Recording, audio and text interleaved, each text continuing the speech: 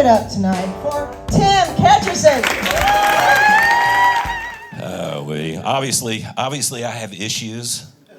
And, I'd like to take personal responsibility for it, but it's so much easier to blame my parents. I'm a PK, preacher's kid. Any preacher's kids in the...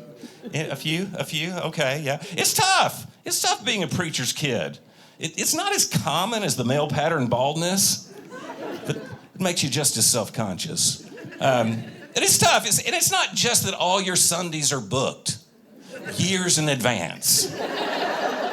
It's more subtle than that. I mean, as a preacher's kid, if your mom ever says, "Did you hear what your father said?" Dude, that's a question that could have eternal consequences. It is a lot of pressure. And my family took this very seriously, and I'm thankful that they did. But in my house, we didn't say gosh or golly. That's taking the Lord's name in vain. That's one of the top 10. You do not mess around with one of the top 10. My Christian and Hebrew friends could tell you that. I can see maybe not a lot of you are circumcised. Okay. It's a big deal. I mean, you wouldn't think anything of saying, "Oh my God." In my house, something like that slip out, my mom would come down on you hard. That meant the rod of correction.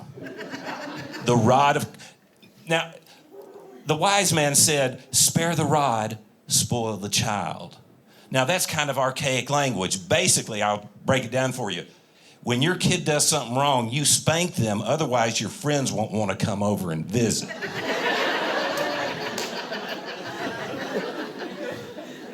And I'm telling you, there were no spoiled kids at the Ketcherson house. None. I mean, now some of us went from ripe to rotten, but none of us were spoiled. For those of you born after the Reagan administration, the rod of correction is really just anything at hand. A belt, a wooden spoon, a piece of Hot Wheels track, just anything that could be vigorously applied to your posterior to remind you, "We don't use words like that." My mom said, "We're fixing to go round and round." That meant she was going to grab you by the arm with one hand, take the rod of correction in the other hand, and start in on you, and you were going to start running, trying to get away, but she was the pivot point. It was aerobic discipline back in those days. 2 birds, 1 stone. She was like, "I'm going to wear you threadbare." Now, you know how the heel of your socks looks after 7 or 8 years? Not really a hole in it, but you can see through it. That's threadbare. That's what your britches were going to look like when she got done with you. It was serious. It was serious.